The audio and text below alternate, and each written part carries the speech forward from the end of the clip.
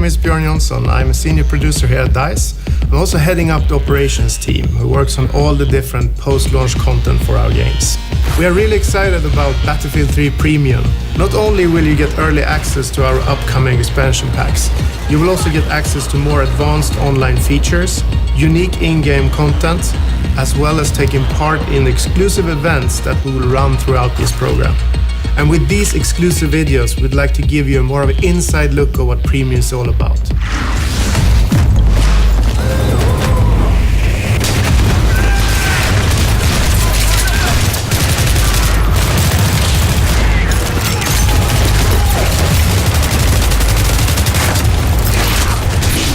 I'm Niklas Vigreus. I'm the lead designer for the DICE operations team, and I'm currently in charge of designing the X-Packs for Battlefield 3. I started at DICE in 2004 as an animator doing weapon animations for BF2, and since then I've moved on to design. The idea behind Close Quarters is to capitalize on what the Battlefield universe is. In 1 second you can be an infantryman running through a house, and in the next second you can be a pilot soaring through the skies in a jet fighter. So it has all these very exciting elements, and what we want to do with Close Quarters is to really capitalize on the infantry-focused, tight combat environment. Now with maps that really cater to it. In order to enhance that, we've also introduced what we call HD destruction, which basically means that you can use only your rifle. I mean, normally you would have to use like tank shells and bazookas in order to bring down, these big stone walls. But now it's like plaster, wooden panels, furniture. So you will be like a destruction machine, even only with your carbine machine. It makes everything very vivid and very kind of in your face.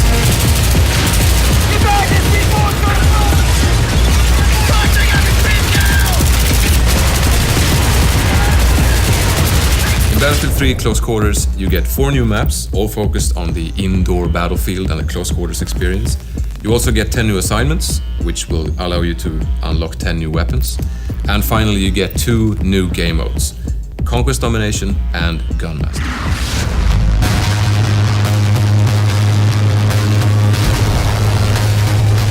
Conquest Domination is the close quarters take on Conquest.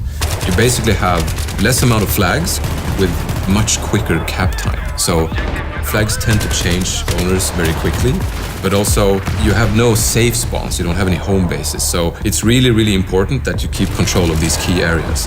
And I think squad play is the key factor in achieving victory in Conquest Domination, because it's really important to really maintain control of these areas, because you have no other safe zone, you just need to do that.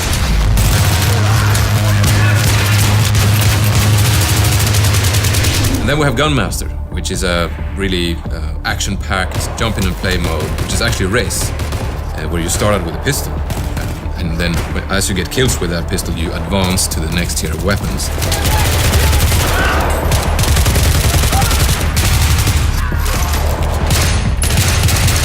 In order to win the mode, you need to go through the powerful weapons and ultimately win by getting a knife kill in the end. If you do that before everyone else, you win the race, you win the mode, and it's all smiling faces.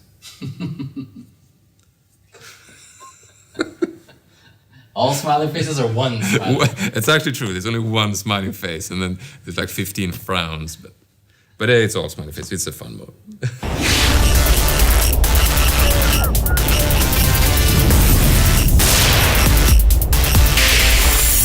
Zebra Tower is our smallest and most action-packed map.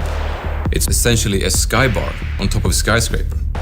It's based around the classic and horseshoe-shaped design that many Battlefield players know from Wake Island, but now in this condensed form, you can use that middle space to really flank the enemy, which is really exciting, especially since you have the 2-floor setup as well, so you can actually use the staircases to come up behind people who are guarding like the top floor. And we have some good sniping spots there. For example, you can have a good defensive position on top of the swimming pool area. That's a pro tip right there. It also has a lot of corridors and rooms with very thin walls. So what you can do is open up flanking routes by just actually shooting big holes in the walls. So you really need to find your spots if you're trying to play defensively. And if you're on the offense, you need to move very quickly because it's a small map, it's a lot of circulation, a lot of action, so movement is key.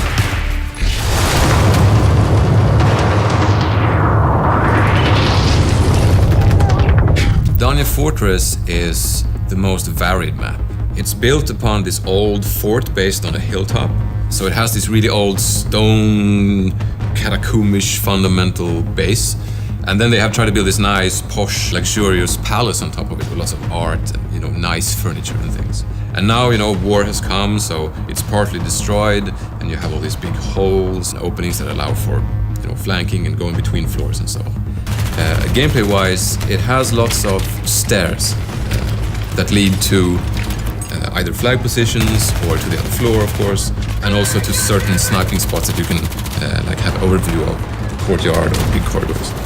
So I think the best tactic to employ on Dania Fortress is to use really proper squad play in order to defend the key locations, like the big entrance room, cellar. They have all kinds of entrances, so protecting them needs more people, so a good squad will really be able to lock one of those down, and that's what's going to achieve victory.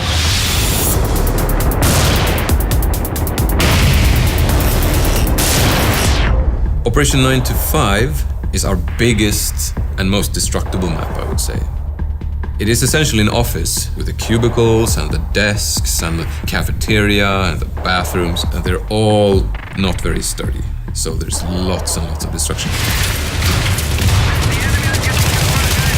You will see someone on the other edge of the office, and he's partly covered by, the cubicles and the furniture, but you will just shoot through that and start putting, downrange fire on them. So it's still close quarters, but it features the longest ranges in the expansion pack, and it makes it really interesting.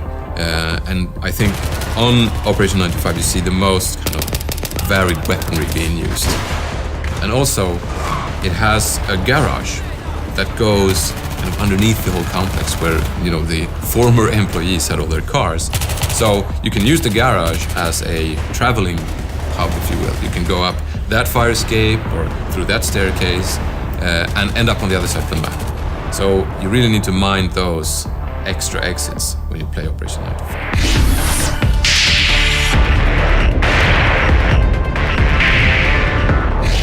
Scrap Metal is the most vertical map. It is an old factory. Parts of it actually so old that it's not being used anymore. It has a kind of a two-fort design where you have one big area, which is actually like a worn-down part of the factory, and then you have the still kind of functional area on the other side. And the thing is, those two sides are connected only through pretty narrow passages. So keeping those under control is really, really key.